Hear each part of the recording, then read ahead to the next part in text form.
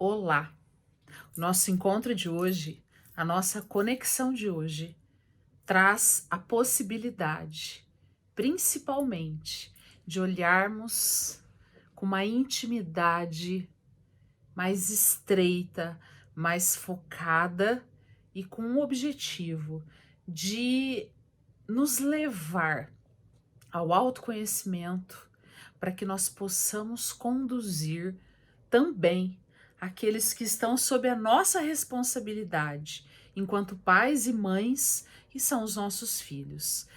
Esta conversa de hoje traz a possibilidade de olharmos para as principais fontes de dores que nós carregamos aqui dentro de nós, né? Aqui, ou melhor, aqui, e acaba vindo para cá e depois acaba saindo por aqui.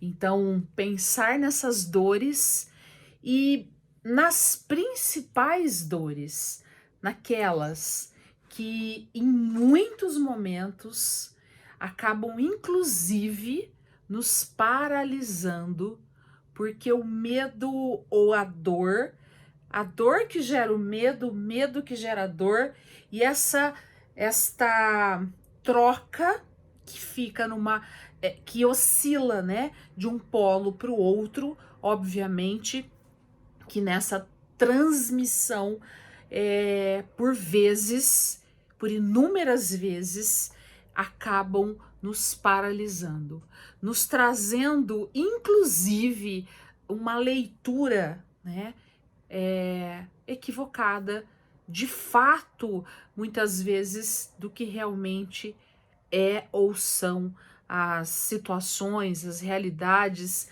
das quais nós estamos vivendo, né? Estamos vivenciando. Então, o quanto é importante nós entendermos que essas dores, elas podem existir, elas podem passar, elas podem permanecer por um tempo, elas podem aumentar, elas podem fazer parte deste processo que, mais uma vez, e aí eu sempre uso isso, gosto de usar esse termo, porque para mim ele faz um sentido, né? Já viu algo molhado? E aí chove, nesse molhado fica mais molhado ainda, né? Então, quando eu uso esse termo, eu me refiro àquilo que para mim faz uma importância, tem uma importância tão grande que precisa estar encharcado ou de informação, ou de um repertório, ou de estímulos para que haja de fato uma boa fertilidade. Então, eu quero chover no molhado com você aqui hoje, neste vídeo, quando eu falo das principais fontes de dores. Eu falo delas porque eu tenho um grande objetivo. E eu gostaria que você entendesse isso, e mais do que isso, mais do que entender, que o teu entendimento seja um degrau para você subir nesta direção do seu processo de desenvolvimento humano. Quando nós olhamos para a história, para nossa história, para aquilo que nós vivemos na nossa vida, nas nossas histórias, nos nossos contextos existenciais, nós temos uma tendência muito grande, isso é muito natural, né?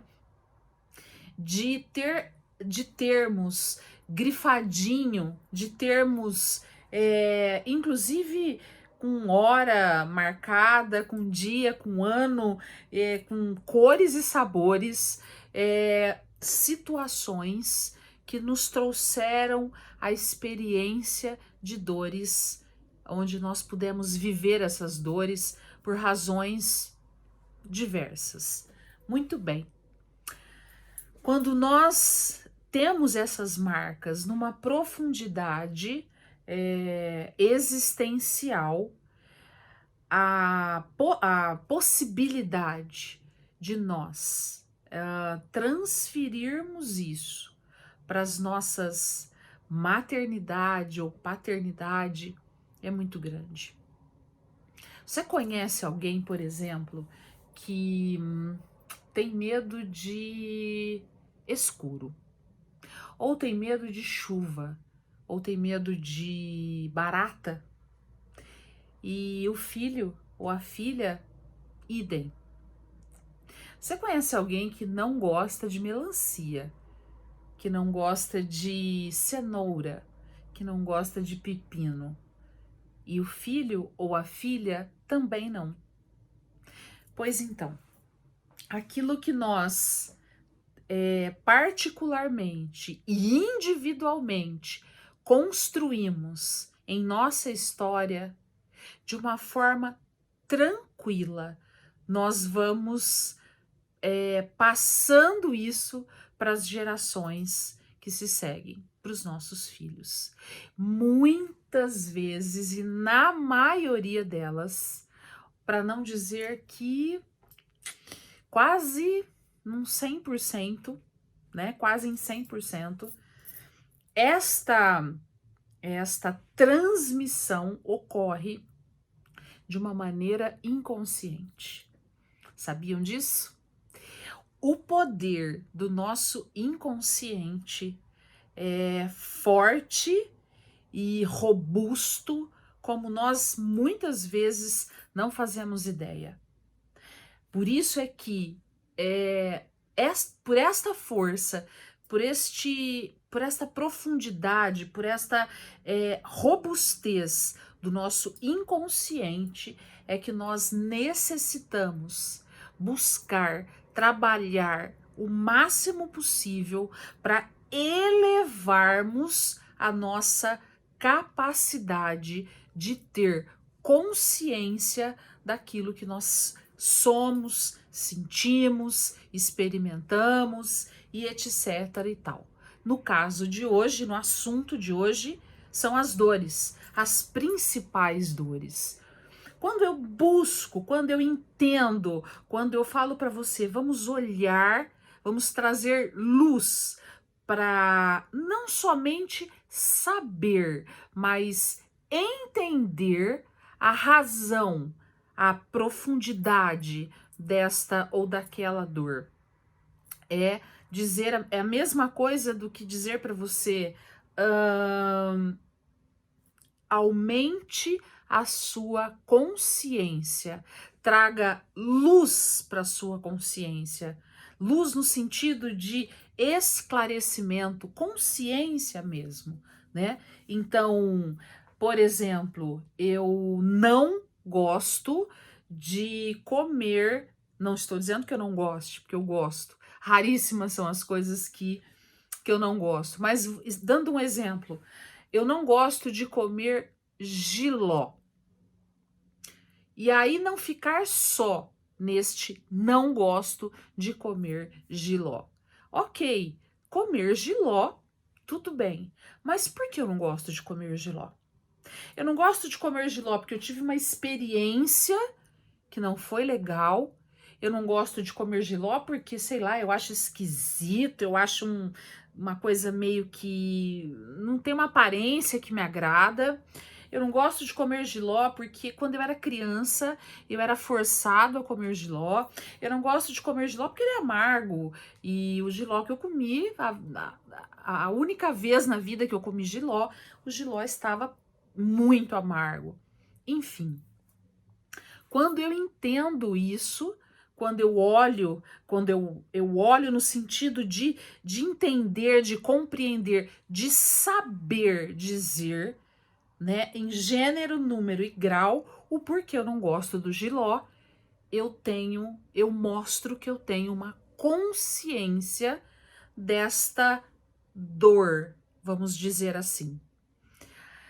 Quantas vezes nós vemos uma pessoa, um adulto ou uma criança e percebemos que ele está triste ou que está preocupado e nós perguntamos, né, por que você está assim? Por que você está triste? E a pessoa diz, não sei. Ou então, quantas vezes nós perguntamos, por que você fez isso? E a criança diz, não sei, não sei por que eu fiz, né? Por que você bateu no seu irmão? Por que você bateu no fulano? Não sei, não sei por que eu bati.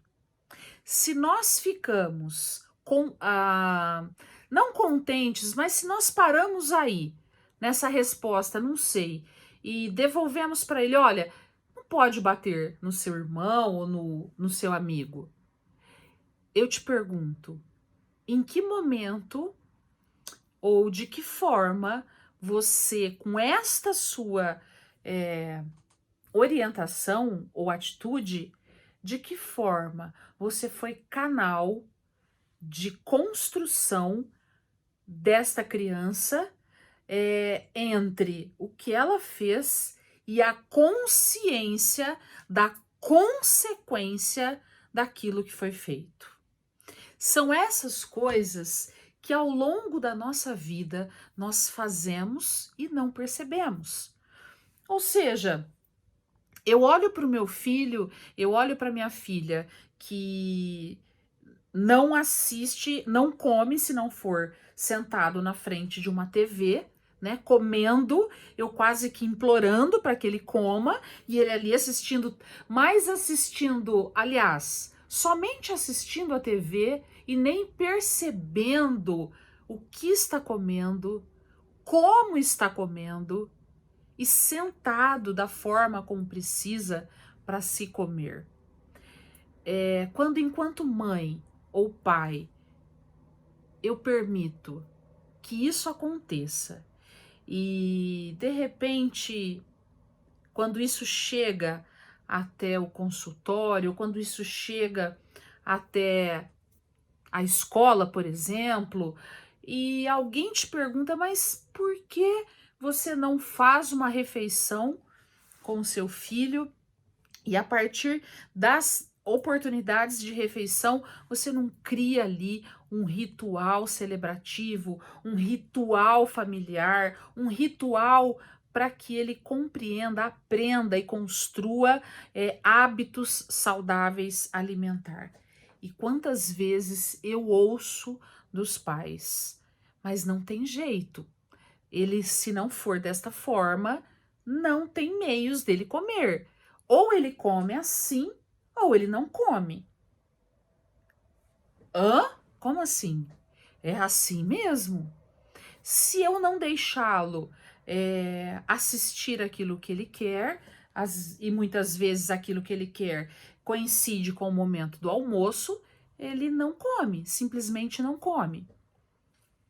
Quando você aceita isso, oferece o alimento e permite que ele faça exatamente desta forma, eu te pergunto, em que momento você está contribuindo para que ele construa uma consciência daquilo que ele faz, uma consciência das consequências daquilo que ele faz. E tudo isso vai passando por este crivo do desenvolvimento humano.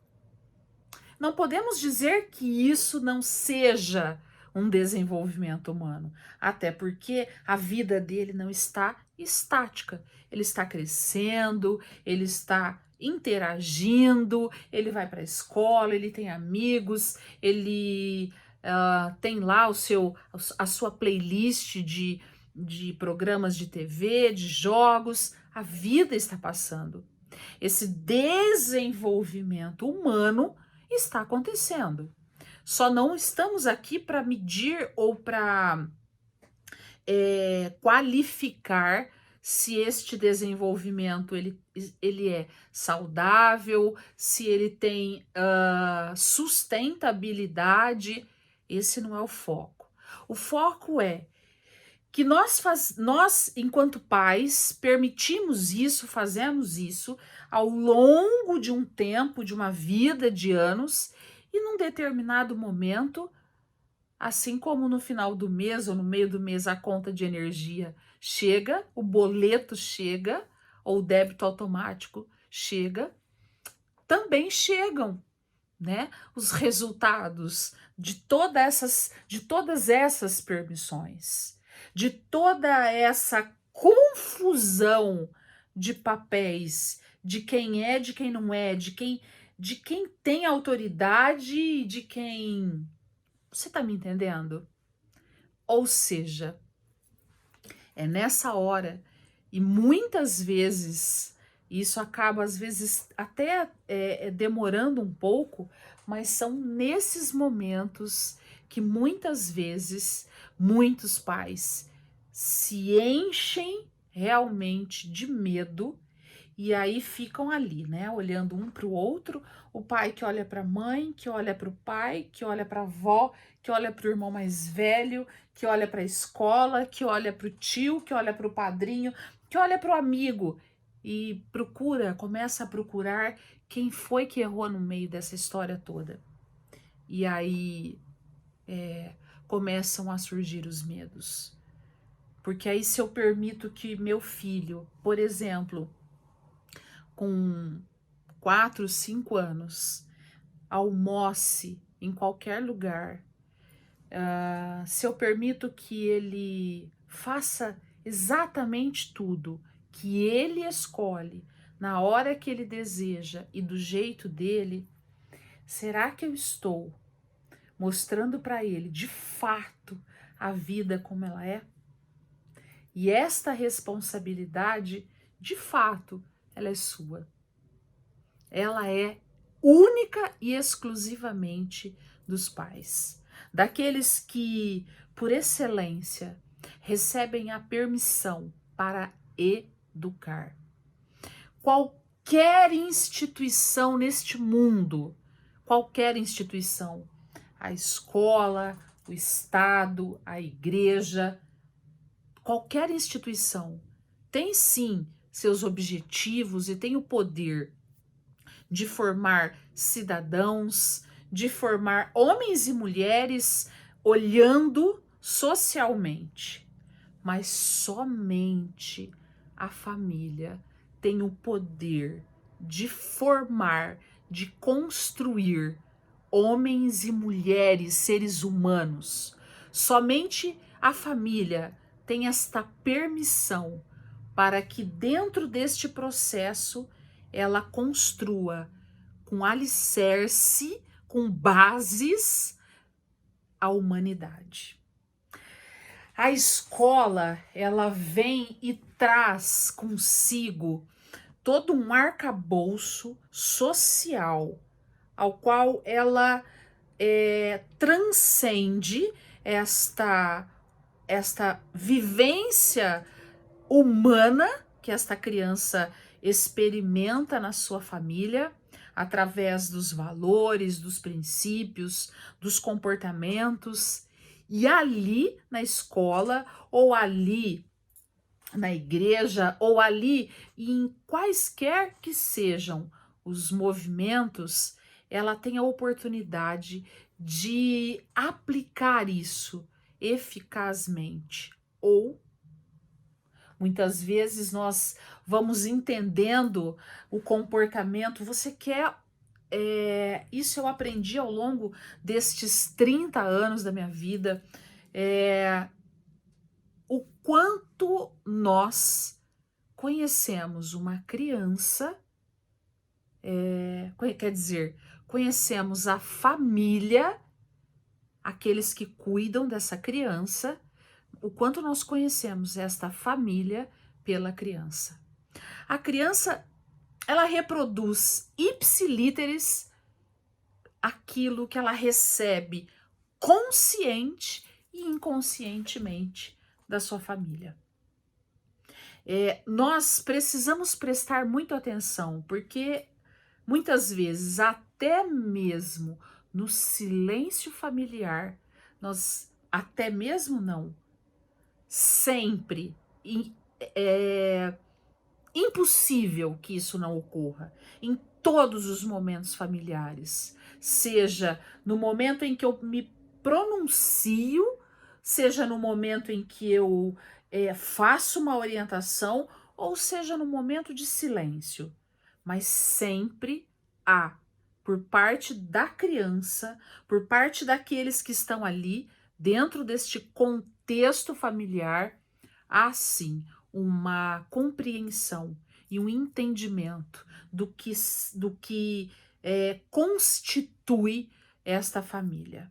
E é isso que sustenta, é isso que garante, é isso que impulsiona, é isso que levará esta criança ao foco, à disciplina, ao limite, à empatia, à solidariedade, ao altruísmo e assim por diante. Ou seja, aquilo que você recebe do teu filho, da tua filha, é responsabilidade sua e também, sem dúvida alguma, é fruto daquilo que você construiu. Se você não construiu com suas mãos, você permitiu que fosse construída por outra mão ou por outras mãos. Por isso, as principais fontes de dores que nós vemos nas famílias, muitas vezes, acontece justamente por não assumir o seu papel devidamente preparado.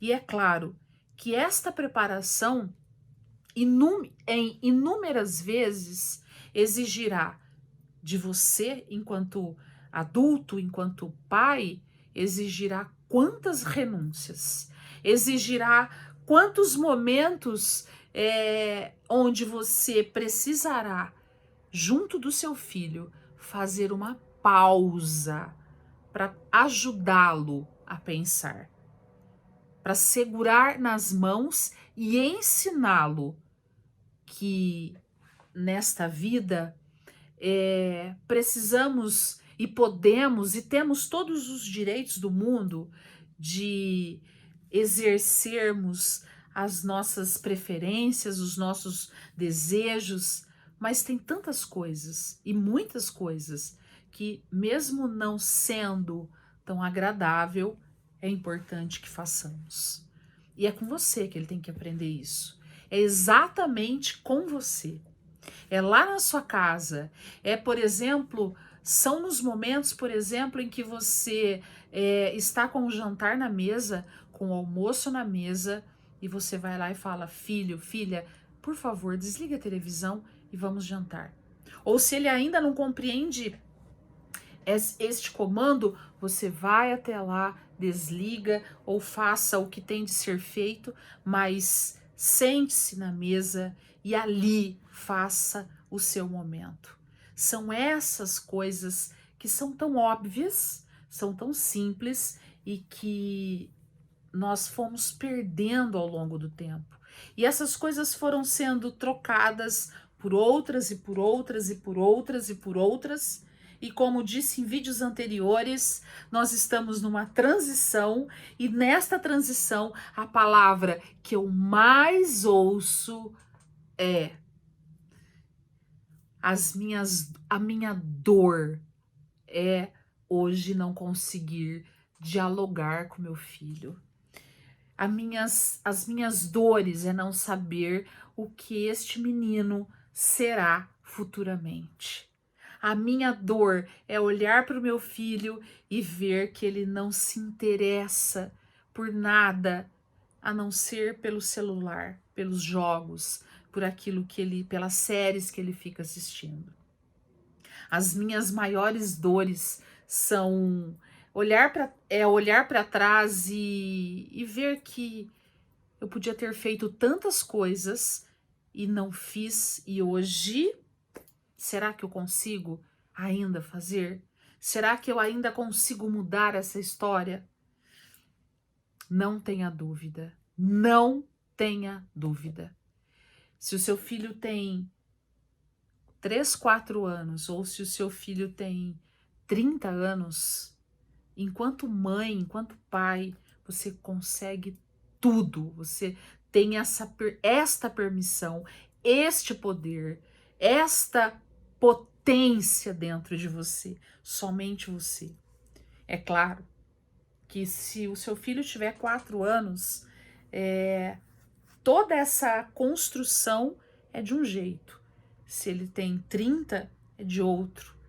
O que importa é você olhar para tudo isso e entender qual a forma mais eficaz, quais as brechas você pode e deve fazer valer a sua autoridade de mãe e de pai. Se essa autoridade falha tudo. E aí, de fato, realmente, né, você vai viver uma vida toda refém das tuas dores, ou dos teus medos, ou daquilo que ficou e que você não mais reorganizou, não mais rearranjou, não mais tomou posse e fez acontecer. Não é porque inúmeras situações são favoráveis e comum a tantas famílias, eu preciso deixar que seja na minha família, na minha casa. Lá na sua casa, assim como na minha, eu sei aquilo que neste processo, lembra o que eu sou, o que ele é e para onde eu quero que ele vá. Tem um vídeo que eu gravei e deixei aqui, onde eu falo deste exercício, inclusive, né? Faça uma lista e complete a frase. Eu quero que o meu filho humanamente seja reticências. O quê? O que você quer que ele seja? E quando você pensa nisso, o que borbulha aí dentro de você? É o medo, a dor, ou o poder e a capacidade de saber que não lhe falta coisa alguma para isso? Aliás, só te faltará se você realmente não tomar posse, não assumir, não fizer valer aquilo que você é. Os nossos filhos, eles necessitam de limites, eles necessitam daquilo que nós adultos, mães e pais, e quando eu falo adultos, não são quaisquer adultos. Eu não estou dizendo do limite da babá, não estou dizendo o limite da avó, eu não estou dizendo o limite da escola, eu estou dizendo do teu limite, do limite que você, enquanto pai, enquanto mãe, sabe dosar, sabe até onde, dentro da flexibilidade que você carrega dentro de si, porque a flexibilidade é uma das ferramentas, né, dentro deste processo de desenvolvimento humano. Você sabe qual a extensão desta flexibilidade. E esta flexibilidade, ela necessita estar sob o jugo dos teus valores, dos teus princípios, daquilo que para você faz valer. E se faz valer para você que o seu filho coma todos os dias assistindo TV ou jogando celular, comendo e não entendendo e nem vendo o que ele está comendo, se para você tudo isso tá ok, mas a hora que o boleto chegar, é você que tem que pagar. E aí não adianta reclamar, não adianta jogar a culpa no fulano, no beltrano ou no minguano. Parece que é simples, e é simples.